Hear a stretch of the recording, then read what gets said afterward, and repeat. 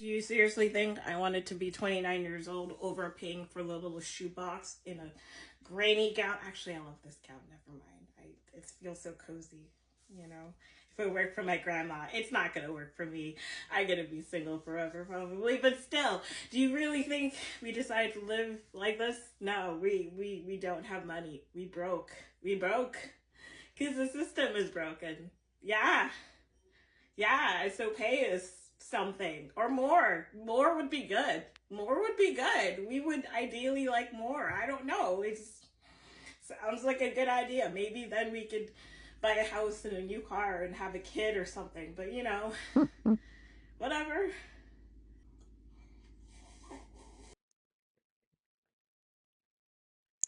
I just don't understand why millennials and Gen Zers complain so much, saying the system is fixed or something, things like that. I understand cost of living is higher, but that's just part of life. It happened in every generation.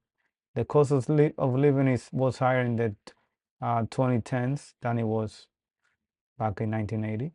It was higher in 1990 than it was 1980. It was higher in the 2000s than it was in the 1990s. So I really don't understand. Like maybe if you got a roommate, you wouldn't be complaining about paying rent, like a higher rent or something. It's just I think millennials and Gen Zers are entitled, and they just wanna. Thing is, social media has fucked up. This is my opinion. Social media has fucked up the conception, well, not the conception. It has messed up how people see what's going on in social media, and they see that's the actual everyday life of someone. They just don't understand that that's just a moment that they're living, or maybe it's just a paid advertisement, or maybe this is just an idea. Maybe we haven't thought about this. It could be people scamming other people. Family. And I'm going to tell you why. Because a lot of us, millennials at least, even elder millennials, we can't even afford homes. We can't afford homes right now. If you live I mean, that's a constant complaint. But again, like I said before, in every generation before, everybody couldn't afford a home. Like, do you really believe 100% of Americans can afford a home in every generation before this one? I think, like she said, she stopped complaining. That would be one solution.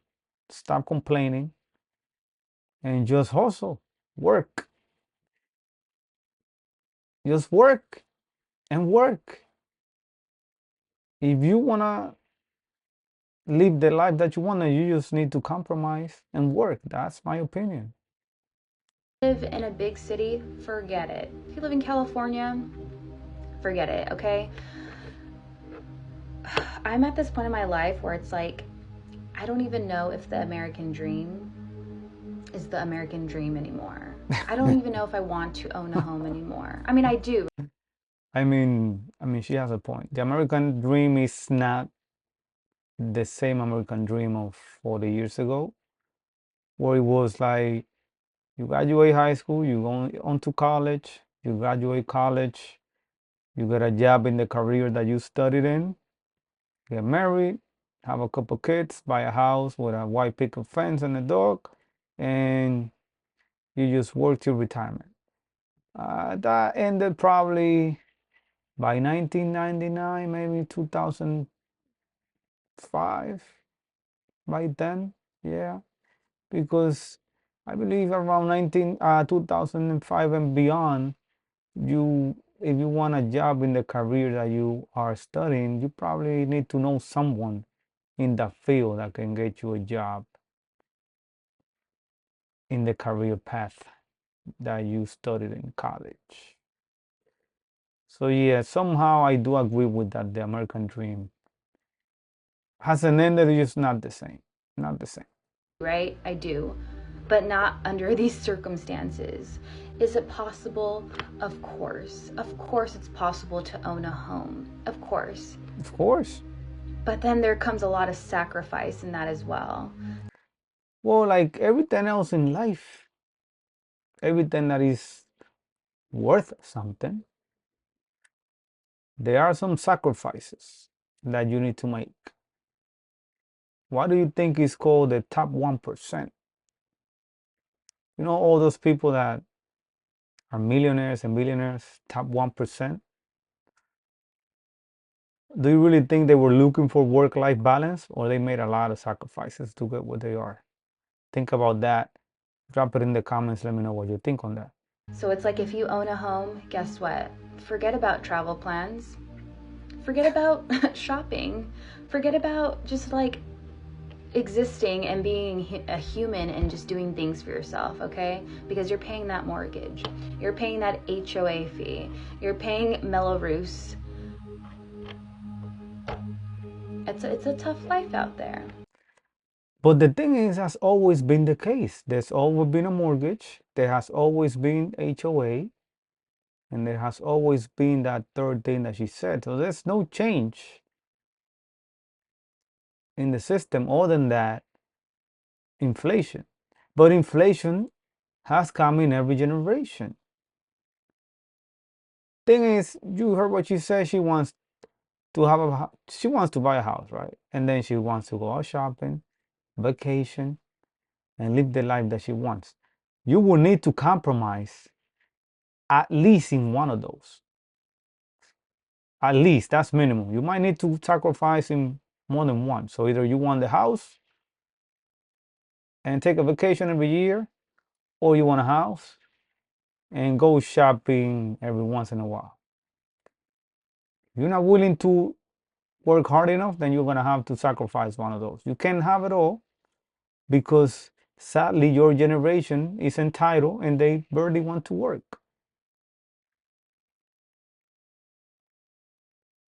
That's just my opinion. Okay, it's a tough life, and I'm not really letting it get to me anymore. I think at one point it will happen, right? But for the ones that, for the ones that live in California, don't feel bad, okay? I know that we want to stay here by the ocean. I know that we want to stay by the mountains. I know that. Well, the problem is that California is a more expensive state in the country. So you want a house and vacation, then you might need to move out of California. You want a house, then you're going to have to sacrifice the vacation. You want a vacation, then you're going to have to sacrifice the house. Adapt to the times. That's it. That we're comfortable, where we live. Maybe you live in the city. Maybe you live in a small town. Maybe it just feels right and you want to stay here. This is your home. Maybe you grew up here. Maybe you're a transplant, but maybe you found happiness in this state. And now you're finding that, you know what, I don't know if we can do it. I don't know if we can survive. You know what, you're not alone. You're not alone. Things need to change, and they need to drastically change. But here we are, sacrificing just. Things don't need to change.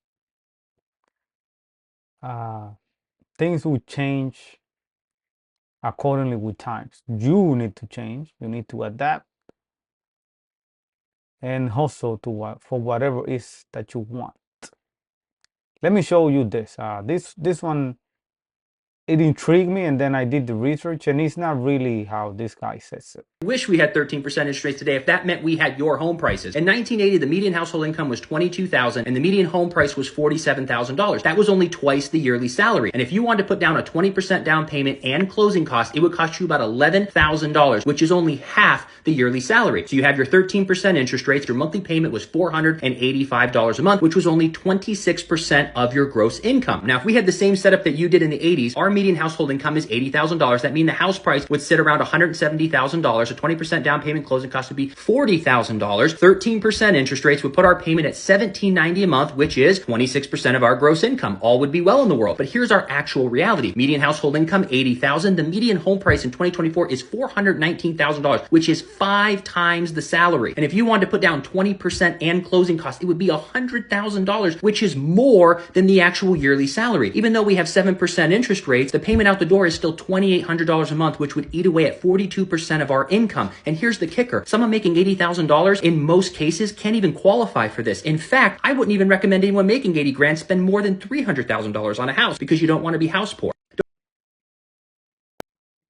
So see, so according to him, uh, income versus house prices, it was about half. But if you go on Google, you'll see the average annual salary in the 1980s was not 22,000. It was $12,500, which is about, so for a house of 47K, it will be about 3.75 times the salary. And nowadays, it's about 4 to 5 times the salary, right? I understand that it's still lower down payment. They had higher interest rate, but the money acquisition in the 80s is not the same as the money acquisition now. And also remember, most people keep high costs. That's why they can't, once they get a house, they can afford it. They want to have the latest car, they want to travel, they want to shop every day. So it's not only the fact that house prices were lower back then, but did everybody have a house back then? You cannot tell me 100% of boomers own a house in the 1980s. No, that's not true. I'm pretty sure if you look up the percentage, it will be somewhat similar to today. If you want, you can help me out in the comments and let me know if you find out. So I don't think that's a reason why most people are not able to buy a house nowadays. Inflation, yes. Market is very inflated also.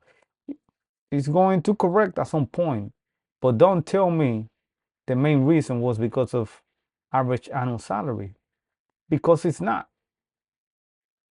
Average annual salary was $12,000 1980s.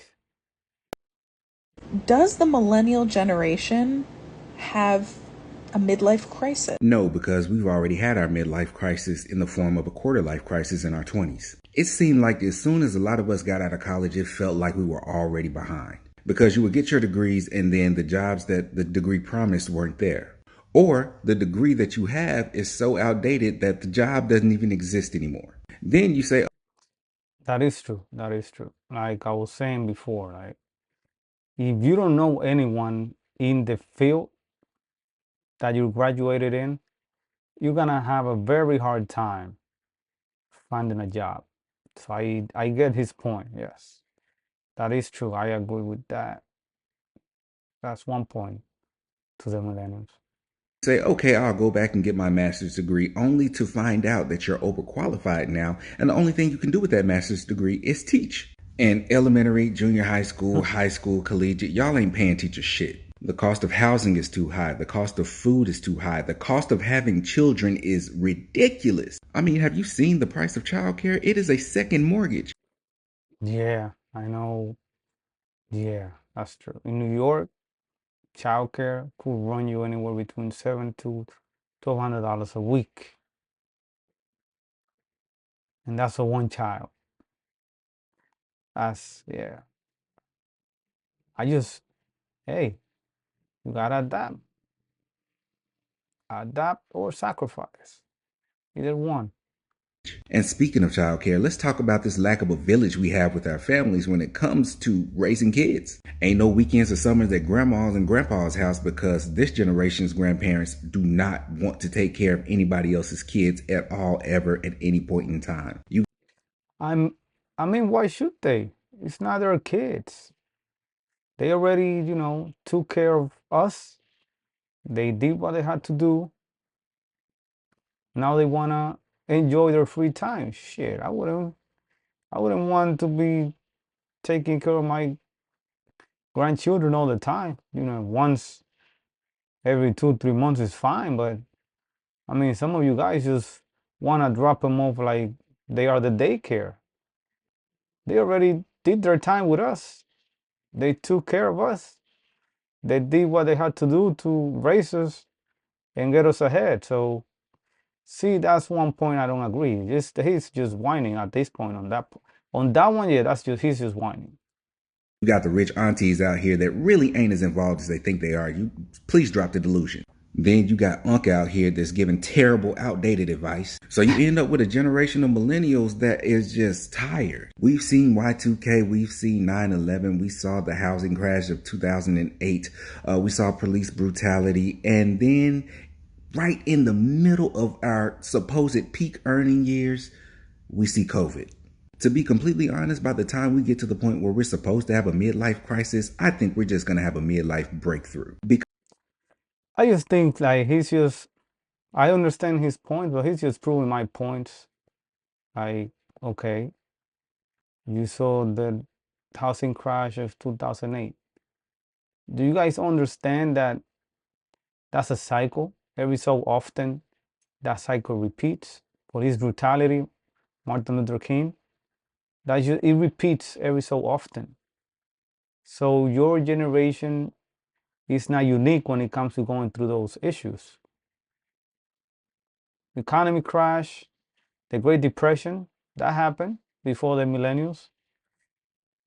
So in my opinion, you guys are just being dramatic. Millennials and Gen Zers, they're just dramatic. They're entitled.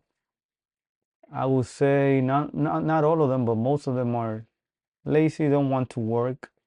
They just want to have this work and life balance, but they want to be rich at the same time. It doesn't work like that. Either you have work and life balance or you sacrifice to try and make it to the top 1%. That's just what it is. Now, this one, she's not so much complaining. I think this is just an outlet. She's just voicing her frustration because some of those problems she's talking about are completely not their fault. So that I understand. I understand now. So earlier this week / last week, we had an issue with our air conditioning. It wasn't making our house cooler. And we don't live in a very like super huge, nice house or anything. It's just a small post-war house, whatever. House is from the 50s. The air conditioning was replaced when we bought it in 2020. Okay. Come to find out 4 years ago. We have to get the compressor replaced. The part is under warranty, thank God. And the company is going to send a new one or replace it or whatever. But we're still having to pay for the replacement Freon and the service to get it installed. And this is just a long line of bullshit we've had to deal with since we bought this house. I honestly don't understand why we bought this house. Like, I don't understand why I've been told since I was a kid that like, oh, being a homeowner is great. Yes, it is good to be able to paint your walls and hang up pictures. But you know what I'm not? Like, what's not okay is having to pay for a new fucking roof. This is what most people don't understand, especially this generation. They only focus on the mortgage as an expense, which includes, if he has an HOA, interest rates, and principal payment. What they don't see are all the phantom or ghost costs that comes with owning a house, like maintenance and utility bills. Remember, you got utility bills, how electricity, water, Wi-Fi. Nobody uses cable anymore, but then your subscriptions, and then come the maintenance. When something breaks, of course, you need to fix it. It's called maintaining your property. Maintaining your property. So either you rent and you don't worry about that, or you buy, but you need to be prepared to deal when something breaks down. 6 months after you move in, or replace $20,000 worth of plumbing, or replace floors after 4 years. Did you know that your floors can go bad after 4 years? Yes. That's some shitty fucking flooring. 4 years. I'm so done. I'm so done with spending all of my money. Like, okay, I make good money. Like, not like, doctor money or something, but like I have a Bachelor of Science degree. Oh, and by the way, there's all those student loans. Yeah, like the entire Art Institute plethora of people get all of their loans forgiven because they're all Department of Education loans. But no, me who paid them off like 10 years ago, I'm stuck with these huge rock of private loans. So, whatever. It's just everybody has this issue, right? Like it's not unique to me. Everybody has fucking student loan issues. Like I can bitch about it till the cows come home, but it's still, I'm just so sick of working fucking so hard to get ahead and finally getting to that place. Like, I have 2 jobs, right? I have 2 jobs where I work hard. I try to do my best. I actually enjoy both of my jobs. Well, at least the problem is every time I get close to having a little bit of money to where I feel comfortable, like, and I'm not even talking like comfortable. Like, I'm talking like I have $2,000 in my bank account. Oh my God. If I lost my job tomorrow, I could still pay my mortgage for a month. Like, not a ton of money, but every time I get to that point, something happens. I mean, that's just life. And I understand her frustration. I mean, I think everybody has been to the point that, hey, okay, I'm having a great month. I have such and such money saved up. All the bills are paid. I'm just gonna relax, stress-free, take a breather, maybe go out, have some fun. And something unexpected happens. Car breaks down. If you own a home, something breaks down. You have children, they need something. That's just life. I understand her point. And I mean, I do see like she has 2 jobs, so she's working hard.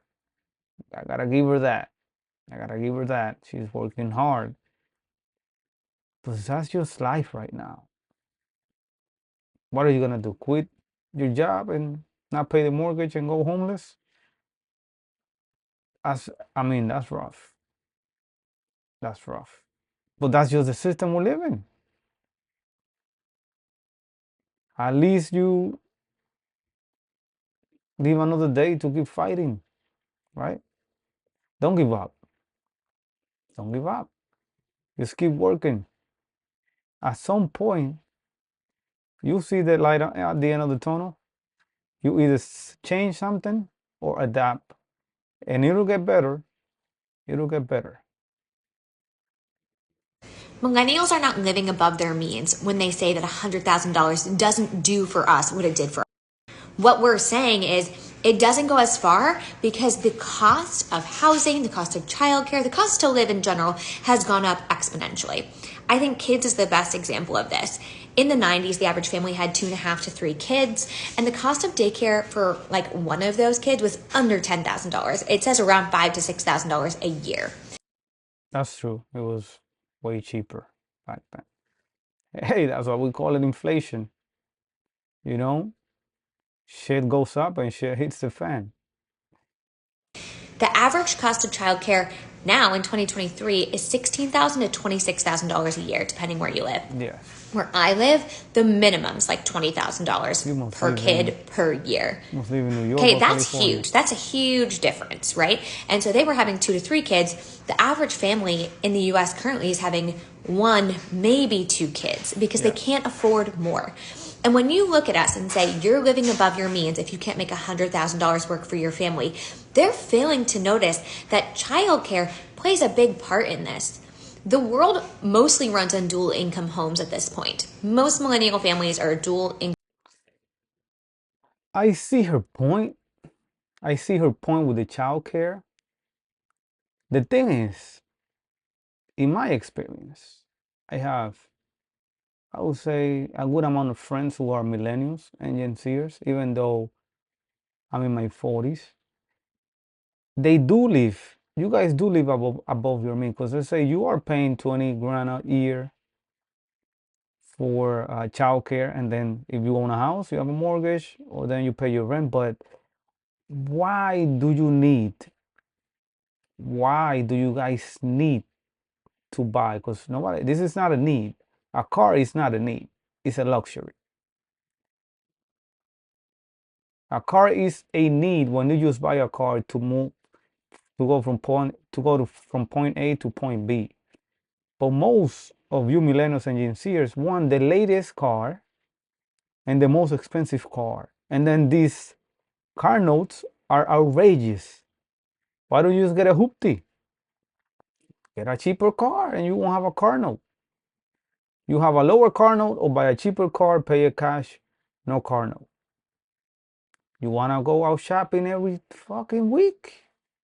You want to travel every month. Yes, that is called living above your means. I'm sorry to say that. It might not be her case, but I know it's most of the millennials and Gen Zers case. Income home because they can't afford not to be.